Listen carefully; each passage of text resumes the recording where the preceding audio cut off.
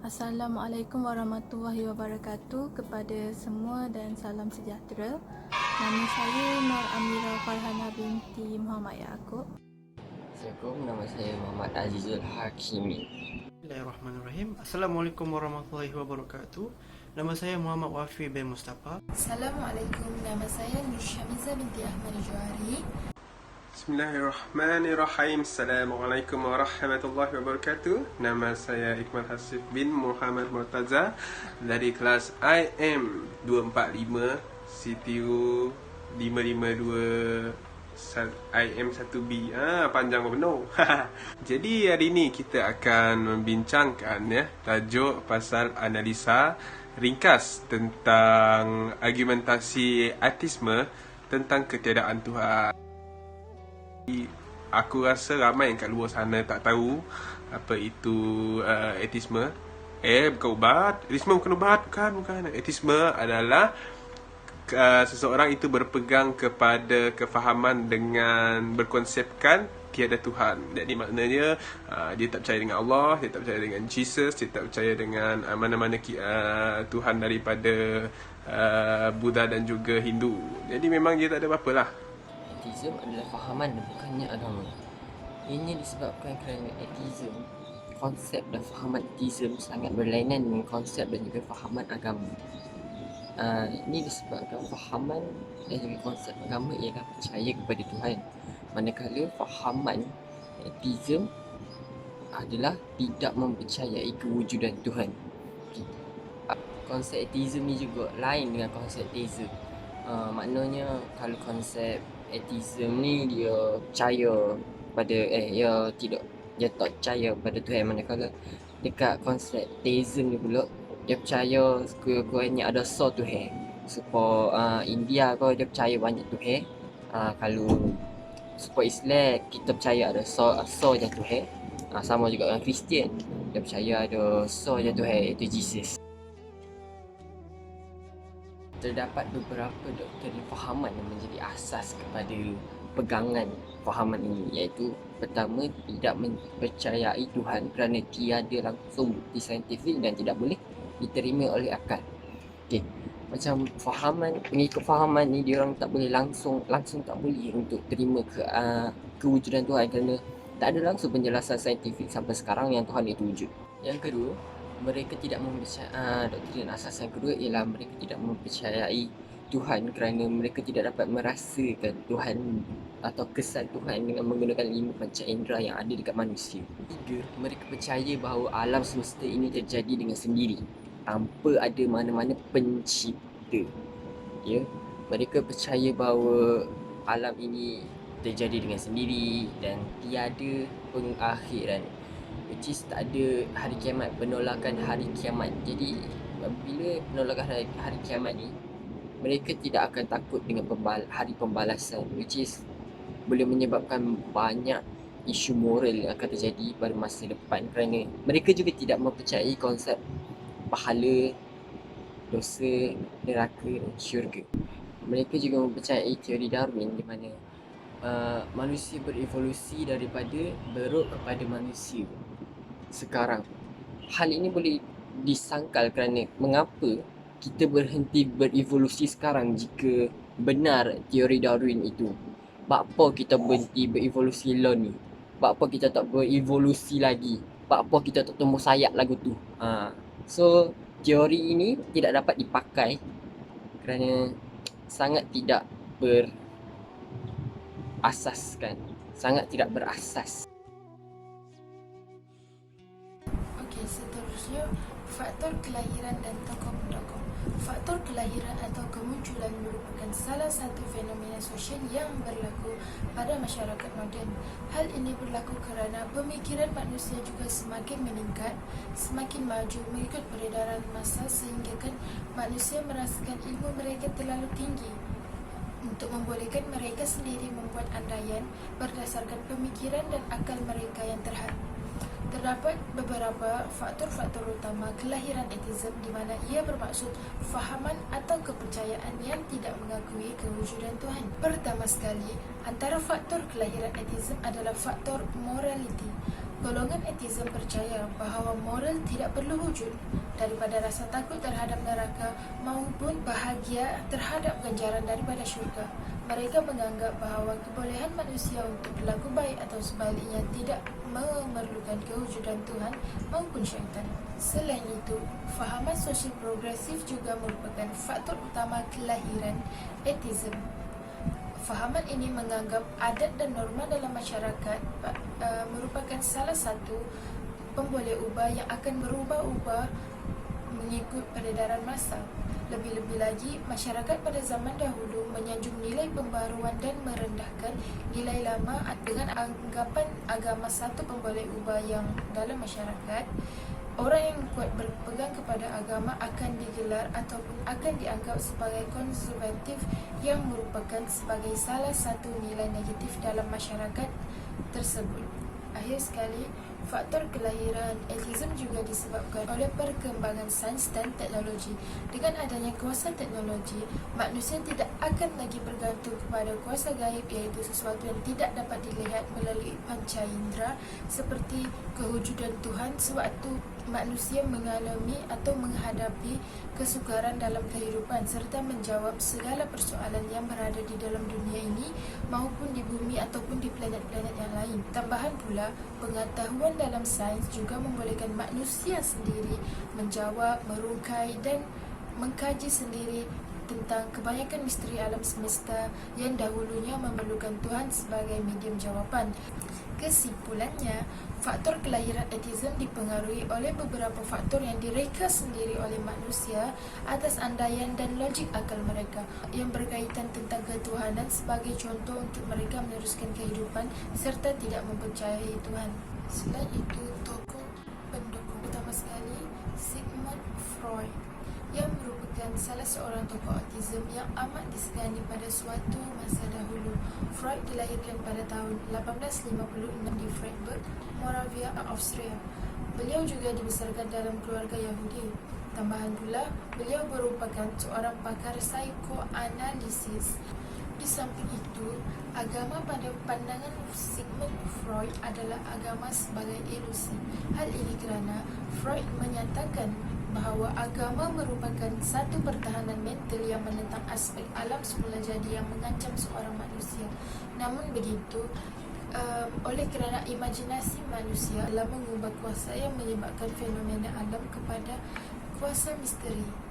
Tokoh kedua adalah Karl Marx. Beliau telah dilahirkan pada 5 Mei tahun 1818 di Trier, Jerman Barat. Beliau telah meninggal dunia pada tahun 1883 semasa beliau berusia 65 tahun. Karl Marx merupakan seorang ahli falsafah politik dan ahli ekonomi yang berbangsa Jerman. Beliau berasa terdorong untuk mengkaji dan mendalami teori-teori ekonomi oleh kerana beliau telah belajar dari Engels bahawa peranan ekonomi dalam perkembangan masyarakat adalah amat penting. Ateism menurut Karl Marx, agama adalah sebahagian daripada kelas buruh yang menderita.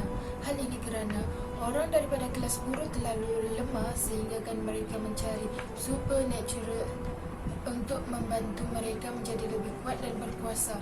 Maka dari sinilah titik permulaannya kemunculan Tuhan-Tuhan yang dikatakan sesuai dengan apa yang mereka inginkan. Di samping itu, Karl Marx pernah mengaku bahawa dia seorang yang radikal kerana baginya manusialah yang mencipta agama, bukan agama yang mencipta manusia.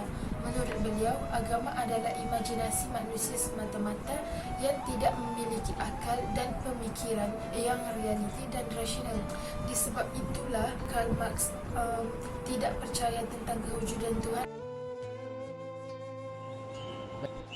Bila untuk hujah dan juga fahaman ateism, terdapat beberapa fahaman yang menjadi asas pada mereka punya idea pemikiran.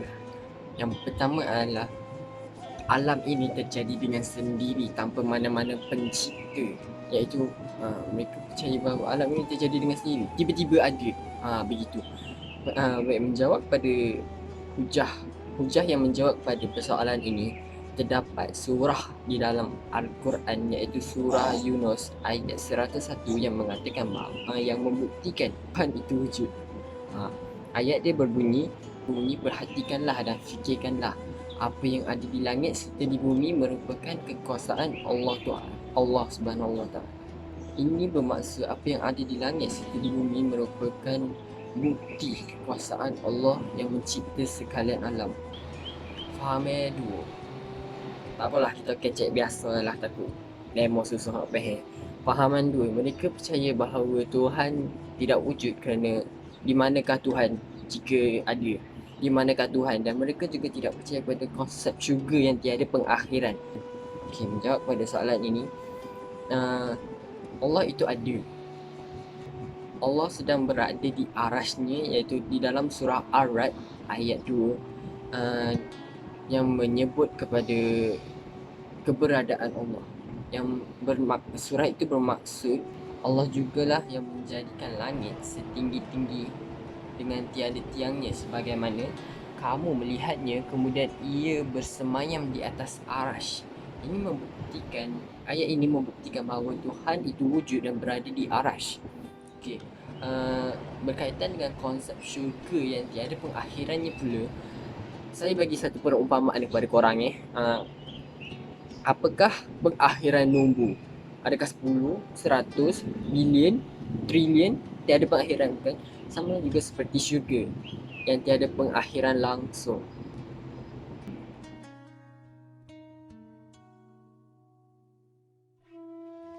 Penyebaran autism dan cabarannya di Malaysia. Bermulanya autism di negara Malaysia ni apabila terdapat satu laporan mengatakan bahawa Artis Republic telah mengadakan pertemuan di Kuala Lumpur pada tarikh 3 Oktober 2017. Dan laporan ini telah dibuktikan benar apabila Facebook page mereka telah memuat naik di laman media sosial mereka mengenai keterangan kejayaan program tersebut. Dan ini menimbulkan kebimbangan apabila adanya pertemuan di Kuala Lumpur, maknanya adanya satu pertubuhan autism di negara kita, di Malaysia. Dan menurut laporan portal menara.my, pertubuhan ini di Malaysia dikenali sebagai The Artist Republic Consulate of Kuala Lumpur. Yang menarik perhatian adalah ahli pertubuhan ini terdiri daripada golongan Melayu dan Islam yang menggelar diri mereka sebagai bekas Muslim. Jadi di sini ia menunjukkan bahawa autism ini telah mula memasuki Malaysia dan mula tersebar di Malaysia, ataupun sudah lama menyebar di Malaysia namun telah mula disedari oleh orang ramai. Okey, pertama sekali cabaran autism. Golongan autism ini giat meluaskan pengaruh mereka dengan adanya platform seperti media sosial. Seperti yang kita tahu, seperti Facebook, Instagram, Twitter.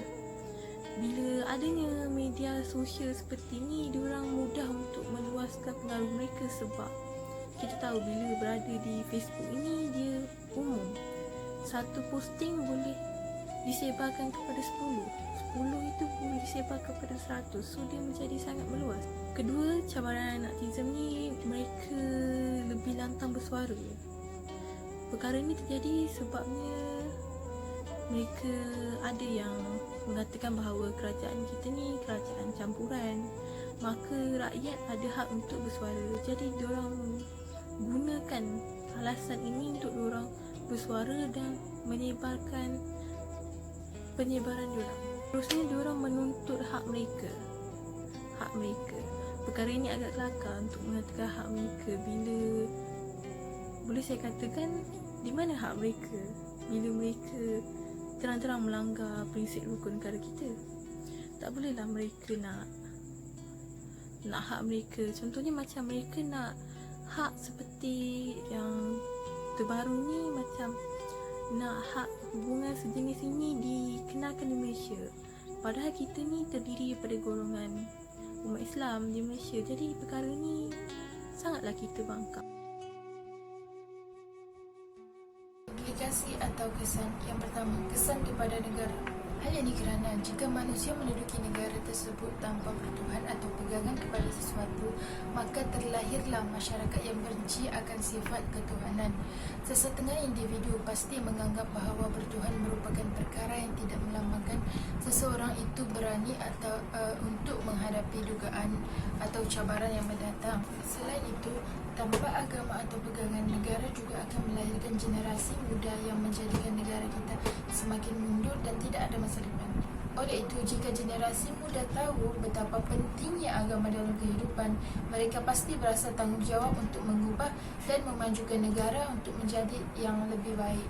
Di samping itu, disebabkan oleh tiada agama maupun pegangan, maka terlahirlah generasi muda yang liar yang hanya dapat menjadikan negara lebih mundur dan mundur. Generasi tersebut tidak dapat menjadi pemangkin atau ketua kepada sesebuah negara kerana kelalaian diri mereka yang tidak mempunyai sebarang pegangan untuk membuat mereka berasa takut kepada perkara yang sia-sia. Seterusnya, fahaman yang menolak konsep ketuhanan atau ateism merupakan salah satu penyebaran yang dapat mengganggu keharmonian sesebuah negara dan menjadikan negara tersebut tidak harmoni.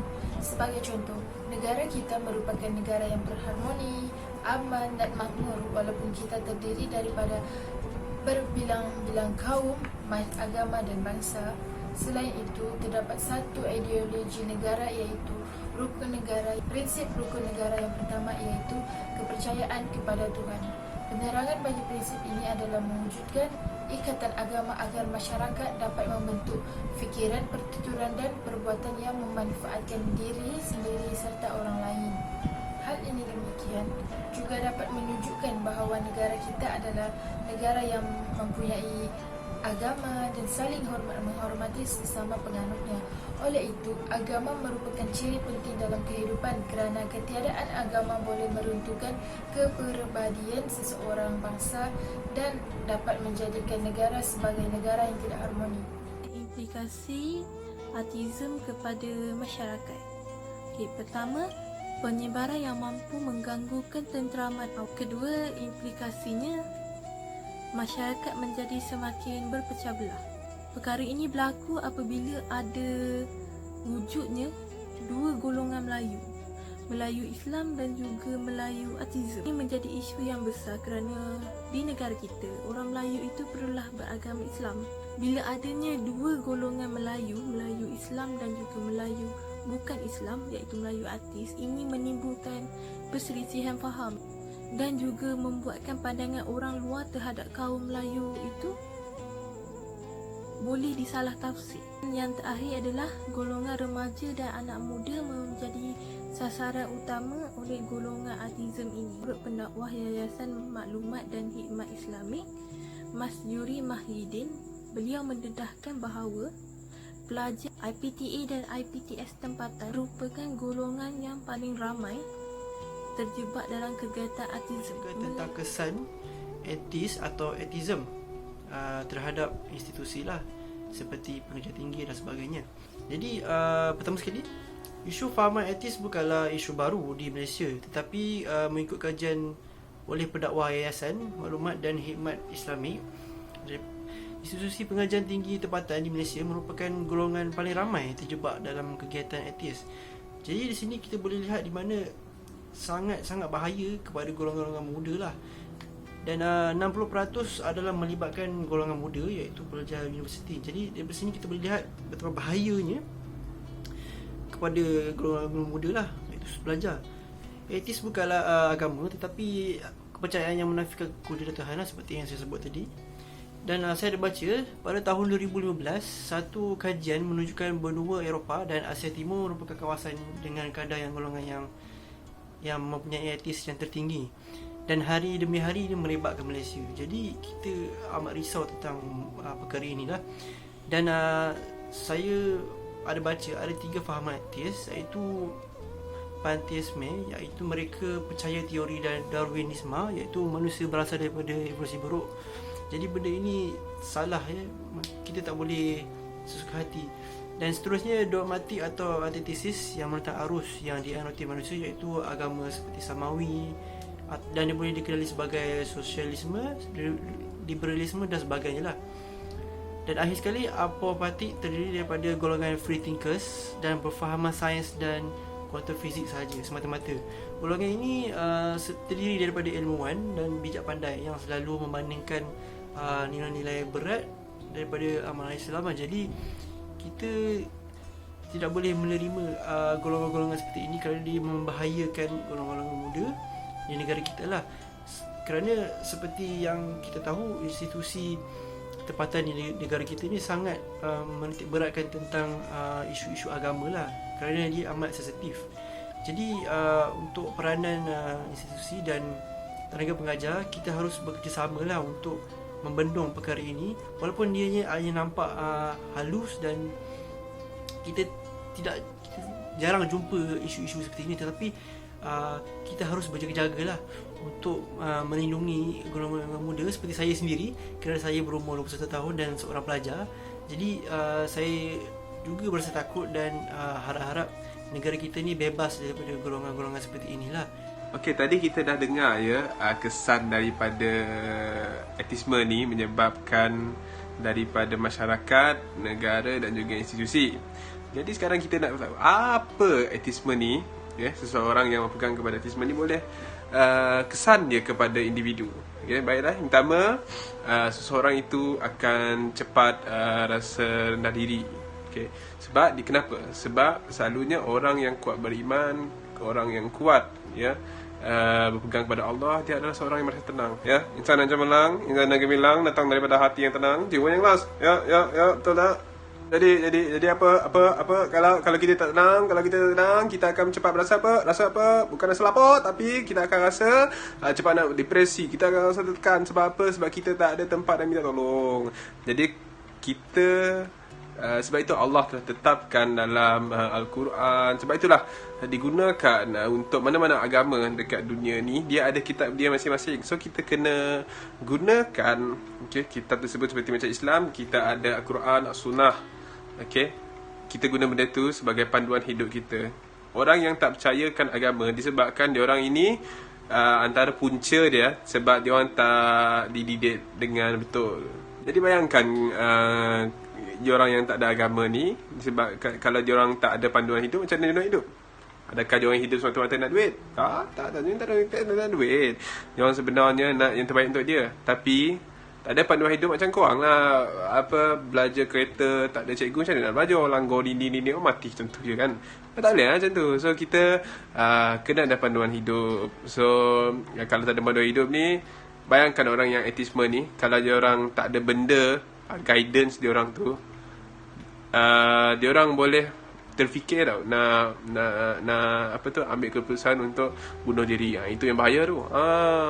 Tapi tak adalah setakat ni yang kita nampak orang bunuh diri tu sebab aku nak bunuh diri sebab aku etis. Tak ada. Ada, dia sebabkan dia tak ada kegunaan diri tu je. Apa kesan yang terhadap individu tu yang kita paling takut? Okay, yang paling teruk ialah seseorang itu tidak akan diterima oleh Allah. Dia orang akan diazab di api neraka, dan juga dia orang tidak akan diterima untuk masuk syurga. Tuan-tuan dan puan-puan, itu yang bahayanya apabila orang Hindu tak ada Tuhan. Dia ada Tuhan sebenarnya, tapi kefahaman yang salah kan. Jadi apa yang kita boleh buat adalah kita cuba untuk influence diorang, kita bagi nasihat. InsyaAllah dia akan buka hati, insyaAllah. Cara menangani etis. Terdapat dua cara, iaitu penyelesaian jangka masa panjang dan juga penyelesaian jangka masa pendek. Untuk penyelesaian jangka masa pendek, pihak berkuasa boleh menangkap pengikut dan juga penyebar agama, penyebar fahaman etism ini. Namun macam langkah ni tak nampak sebagai efisien sangatlah, sebab mereka menangkap dan hanya memenjarakan fizikal sahaja dan bukannya memperbetulkan minda pengikut tersebut. Okey, langkah yang kedua iaitu penyelesaian jangka masa panjang. Okey, untuk penyelesaian jangka masa panjang ni terdapat beberapa cara, iaitu cara pertama, memberikan pendidikan yang secukupnya kepada diri, anak maupun isteri daripada mereka. Kalau anak tu daripada mereka kecil lah, supaya bila mereka besar, mereka dapat menyangkal fahaman etism ni dengan mudah. Cara kedua ialah perdebatan dengan pengikut fahaman etism. Ini untuk membetulkan akidah dan pemikiran mereka, cara mereka berfikir bahawa Tuhan itu tidak wujud. Okey, Tuhan, namun kaedah cara ini haruslah dilakukan oleh orang yang berilmu dan juga yang tidak mudah terpengaruh. Disebabkan kerana risaunya mengikut fahaman atheism ini menggunakan logik akal untuk menyangkal ataupun